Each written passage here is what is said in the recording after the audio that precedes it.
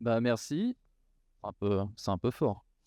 Hem, donc moi, je suis là aujourd'hui pour vous parler un peu du vibe coding. Bah, le vibe coding, on en fait tous, c'est bien, mais la sécurité, c'est quand même un peu mieux.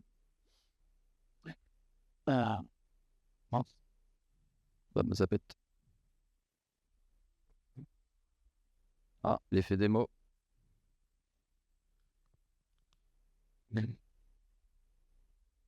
Ah.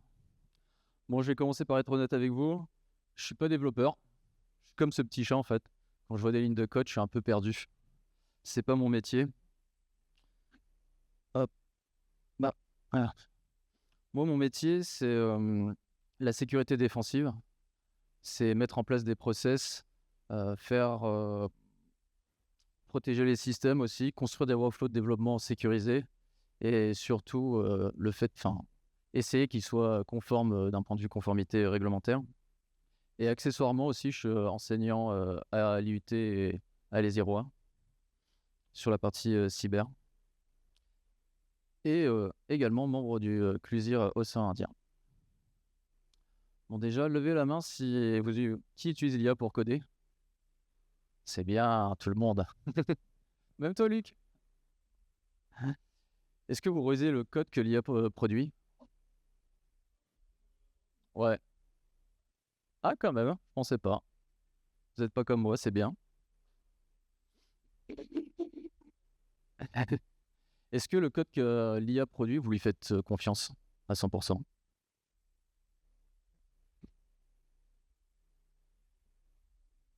Bof. Ben, on va voir que vous avez raison. Aujourd'hui, l'IA, c'est un peu devenu une norme. Ça a été adopté à hauteur de 95% par l'ensemble des développeurs un peu seniors et autres. Tout le monde l'utilise dans son quotidien. Et 30% d'entre eux font confiance aux résultats de l'IA. Et on va voir que ça peut aussi poser problème. Enfin, avant de voir ce problème-là, je vais vous parler que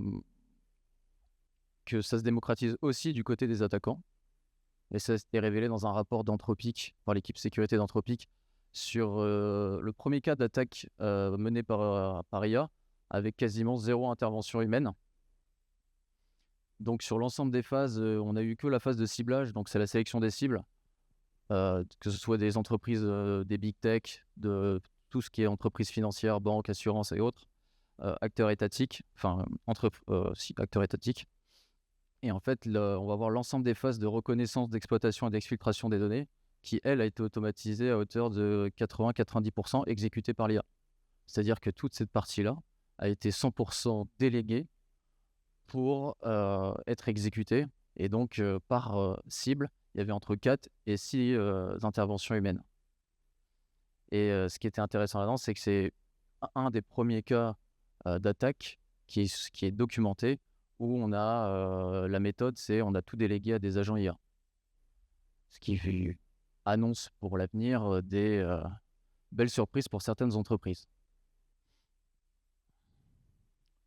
Et ça, c'est nous, enfin nous, vous, en train de vibe coder, d'utiliser Claude à fond pour développer tout un tas d'outils, sites internet et j'en passe. Donc, c'est intéressant le vibe coding parce que ça a permis de démocratiser pas mal de choses, surtout pour les développeurs, enfin les personnes non développeurs comme moi. Et c'était une vraie révolution parce que ça a donné la capacité aux gens de pouvoir poker des idées de manière assez rapide. Donc, ça, c'est un point qui est assez intéressant. Donc aujourd'hui, on va décrire ce que l'on veut, ça va le générer, on va le tester, on va le déployer en prod directement, mais on lui fait confiance, on va pas forcément le lire ce qui, ce qui a été produit. Donc ça peut soulever un problème, c'est le fait de savoir coder. Avant, c'était réservé aux développeurs. Aujourd'hui, c'est vachement démocratisé pour n'importe qui. Mais le problème derrière, c'est que maintenant, vu que c'est accessible à tous, y compris aux personnes qui peuvent introduire des vulnérabilités sans le savoir. Bon, bah, quelque part. Parce que le problème de l'IA, c'est que l'IA, par défaut, bah, quand elle code, le code du code vulnérable. Il faut partir du principe que le code généré par l'IA, il est vulnérable. Il y a une boîte américaine qui s'appelle Veracode qui fait de la sécurité, de la sécurité applicative. Elle a testé à peu près une centaine de modèles d'IA sur 80 tâches de codage. Le résultat, c'était que 45% du code qui était généré était vulnérable sur des vulnérabilités, dont la moitié des vulnérabilités sont connues, documentées et exploitables.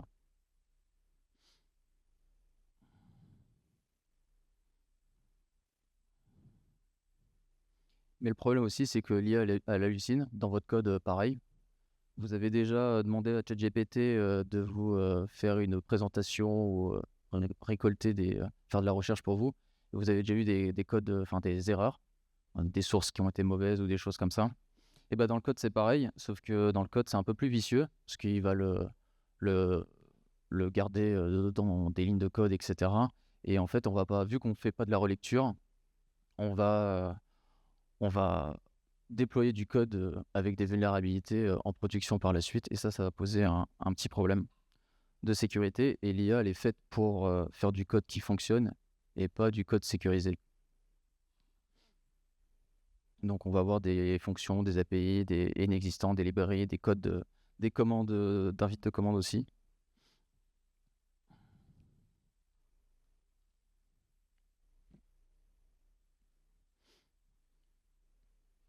Et donc on a eu aussi des cas des attaques que vous avez sûrement entendu parler, qui vont avoir un pattern assez récurrent qui s'appelle la vulnérabilité des supply chain.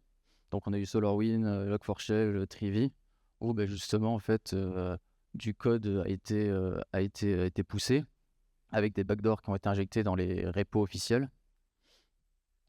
Ce qui fait que en fait ces trois incidents, ils ont comme point commun un composant de confiance qui est le vecteur d'attaque. Et la problématique qu'on va voir aussi derrière, c'est que combien de temps il nous reste si on veut corriger ces vulnérabilités, le temps de réaction, etc. Et finalement, la fenêtre se réduit pour corriger. C'est les propos qu'a tenu Vincent Strubel, directeur général de l'ANSSI, il y a quelques jours de ça, lors d'une conférence, où aujourd'hui 30% des vulnérabilités qui sont exploitées le jour même.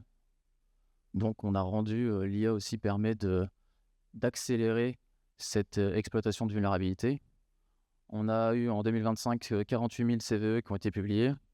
Donc le temps d'avance qu'on avait auparavant pour faire du patching, aujourd'hui il a vachement diminué. Et donc là on a un gros travail à faire sur justement implémenter de la sécurité à ce niveau-là.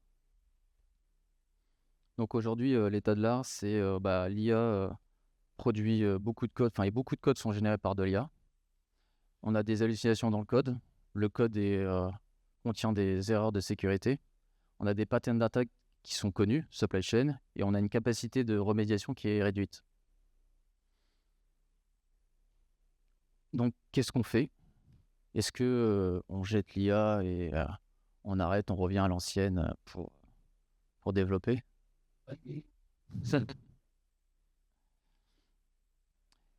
Eh bien, non. Parce que la même IA qui génère du code vulnérable, en fait, elle permet aussi d'en trouver et d'en corriger.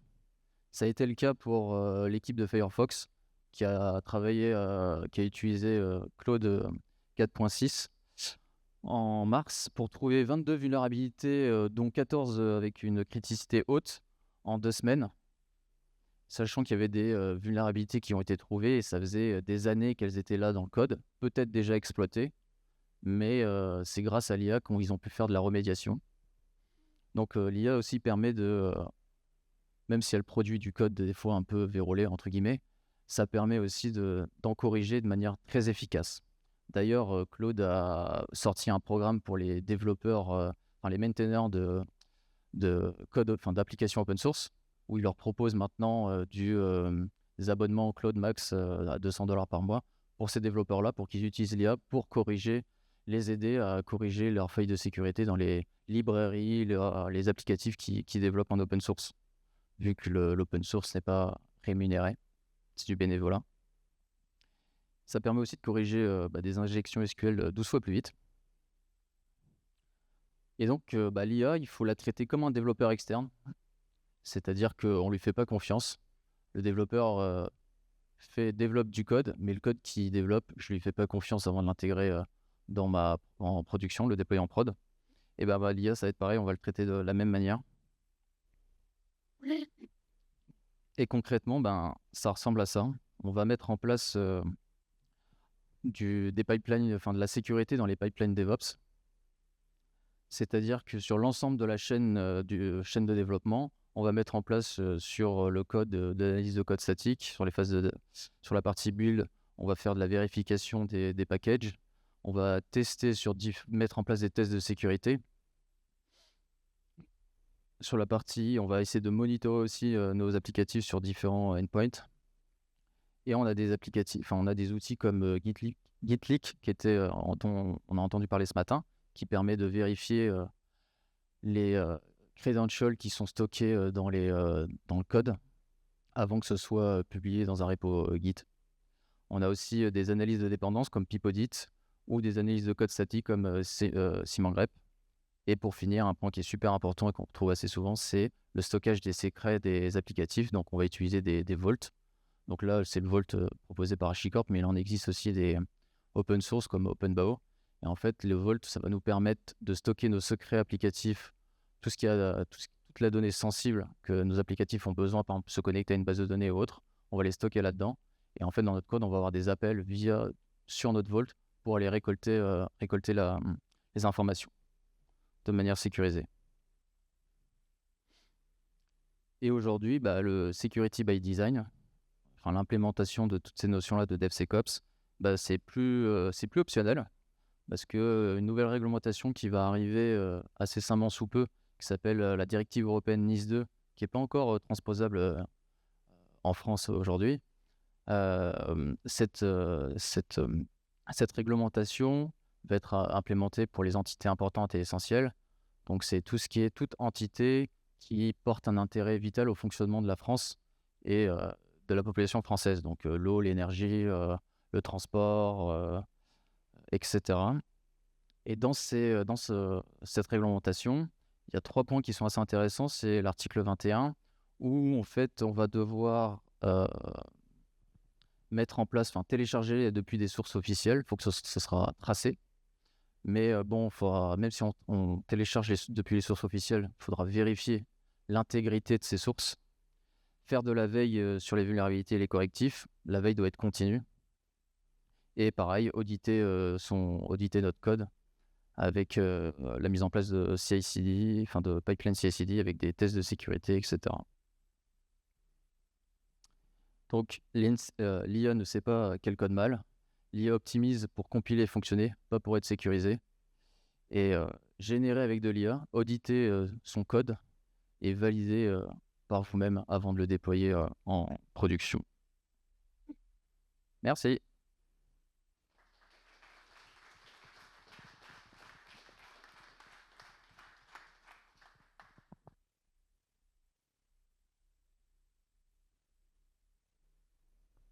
Question?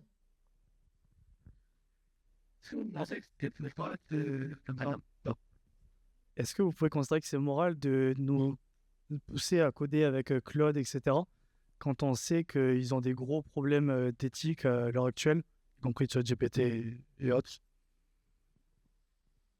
Ça, c'est plus une question à se poser à toi-même. C'est toi et toi-même qui peux y répondre. En soi. Après, tu utilises les outils en ton âme et conscience. C'est pas parce que je te donne un fusil que tu es obligé de tirer sur tout le monde. Oui, bien sûr, oui. L'IA, ça te pareil. Tu l'utilises en fonction.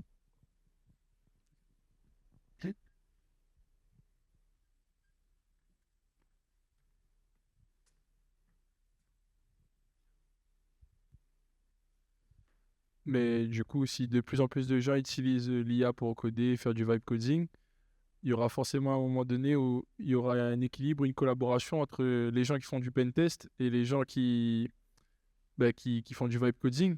Ça va potentiellement ouvrir un peu plus et démocratiser le métier de pen tester. si du coup les pentesters ils seront là pour tester les vulnérabilités et tout ce qui s'ensuit lié au vibe coding, quoi. Bah, pour moi, le métier de pentest, il va complètement évoluer. C'est-à-dire que le pentester, il va automatiser, il va prendre son expérience qu'il a acquise sur les 10-15 dernières années, il va l'automatiser avec des agents pour aller faire des tests de pénétration beaucoup plus vite, plus forts, et essayer d'utiliser plusieurs scénarios, enfin, d'étoffer un peu son offre, mais il va gagner énormément de temps. Ça va le renforcer au contraire. Par contre, le pentester qui commence dans le métier, lui, il a intérêt à bien à commencer étape par étape et à bien, comment dire, bien apprendre les bases. Parce que il va faire du vibe coding de pentest, mais il va faire tout et n'importe quoi. Et des fois, il va peut-être exfiltrer de la donnée ou il va sortir du périmètre de mission, ce qui pourrait arriver s'il ne maîtrise pas bien ce qu'il fait. Faut faire attention.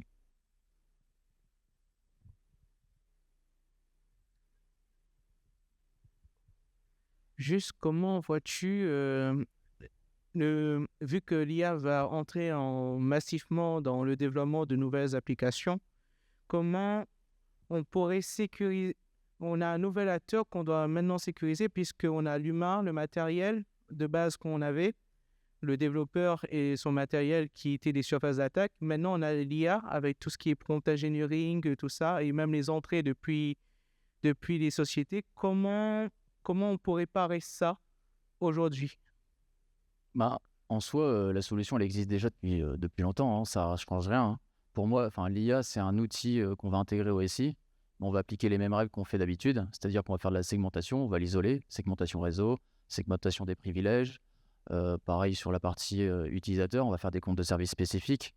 En fait, ça ne change pas grand-chose. C'est un outil de plus parmi tant d'autres. Mais ça, on sait le faire. C'est juste, il faut l'implémenter correctement avec les bons process dès le départ. Il faut faire du security by design, sinon ça va partir et on va se retrouver comme quand OpenClaw est sorti, où tout le monde a commencé à déployer de l'OpenClaw partout et on a vu que il y avait des données qui étaient exfiltrées, des tokens qui sortaient, qui étaient en libre accès.